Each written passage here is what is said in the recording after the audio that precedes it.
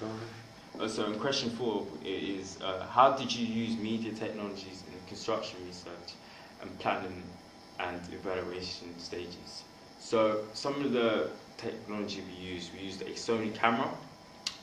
Some of the advantages of this is we used this during our construction of our work. So we made tester shots?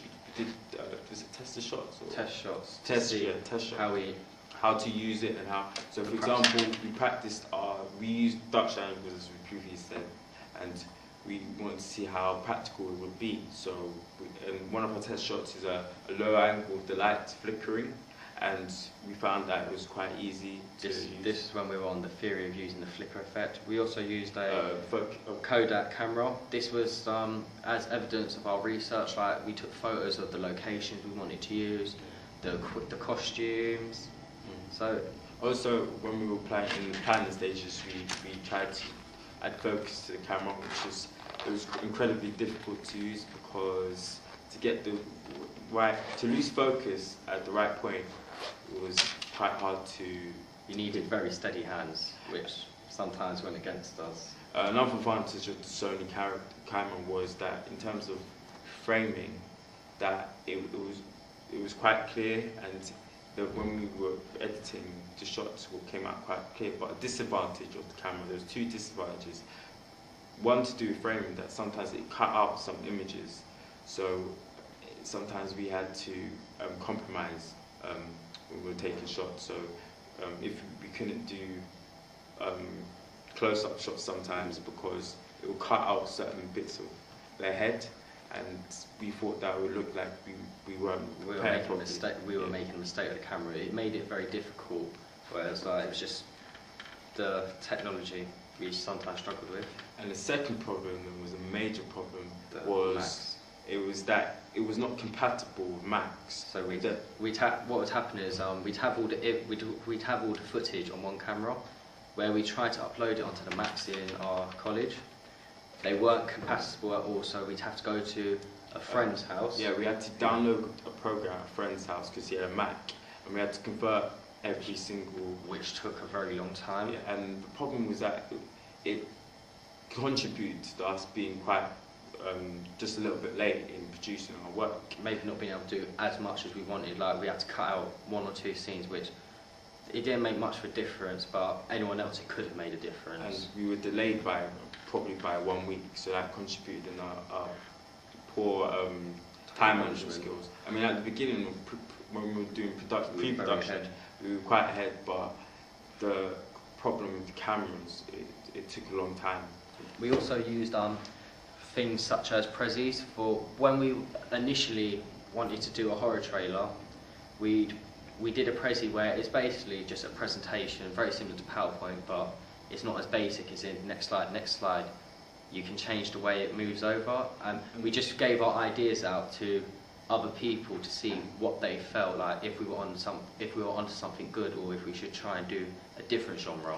And we thought it was very visually quite interesting because we took pictures of our locations and we could just put it on our Prezi, and it would just flow like a storyboard, which was quite good. You'd be able to put more than one image on one slide, whereas PowerPoint sometimes you're stuck with. You'd have to put only one image or it become very disorientated. I mean, we already did a normal storyboard, but using the Prezi just made it much more interactive, and if anyone saw a blog, they would just be more interested in seeing it. The next piece of technology we used was Final Cut Express. We did our editing on Final Cut Express for our trailer. Some of the advantages of using Final Cut Express was that it was the possibilities in terms of editing were almost endless. So we could color correcting. So whenever we took shots towards the end of the day, sometimes it would come out a bit dark, and we could easily lighten it up with color correcting. And whereas Final Cut Express is such a popular product to use, where we struggled with some forms of editing, we could easily access some help on the internet where people have post up videos on websites like YouTube on how to use Final Cut Express. That's how we were able to use the flicker effect. We mastered it using YouTube, and we put that on our blog to show our research that we did. We should quickly try and find it.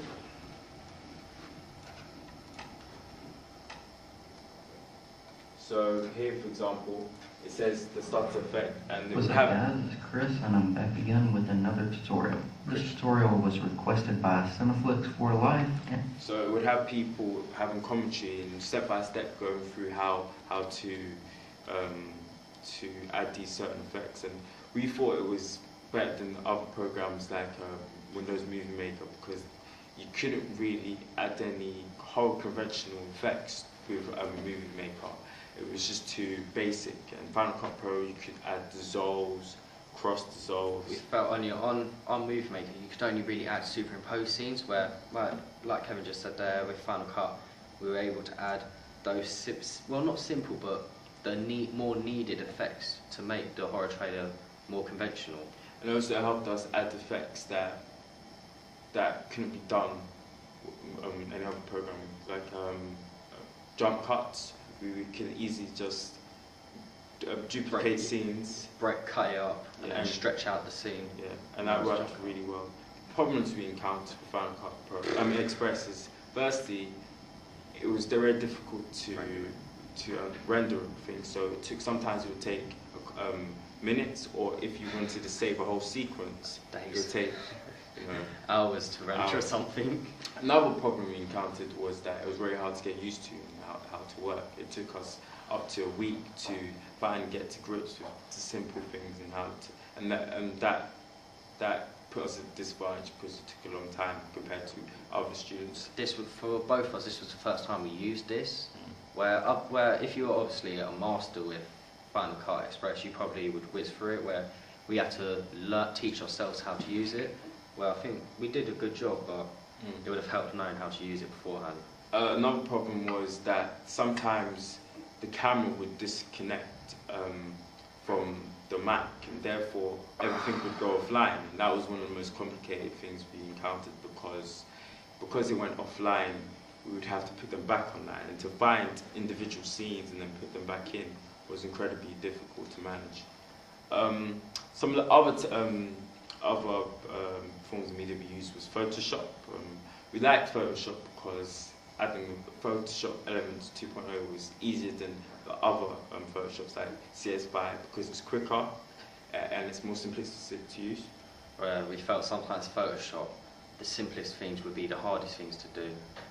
And another reason why we liked Photoshop was because we could add screenshots to show the progression of how we've made our work. So, for example,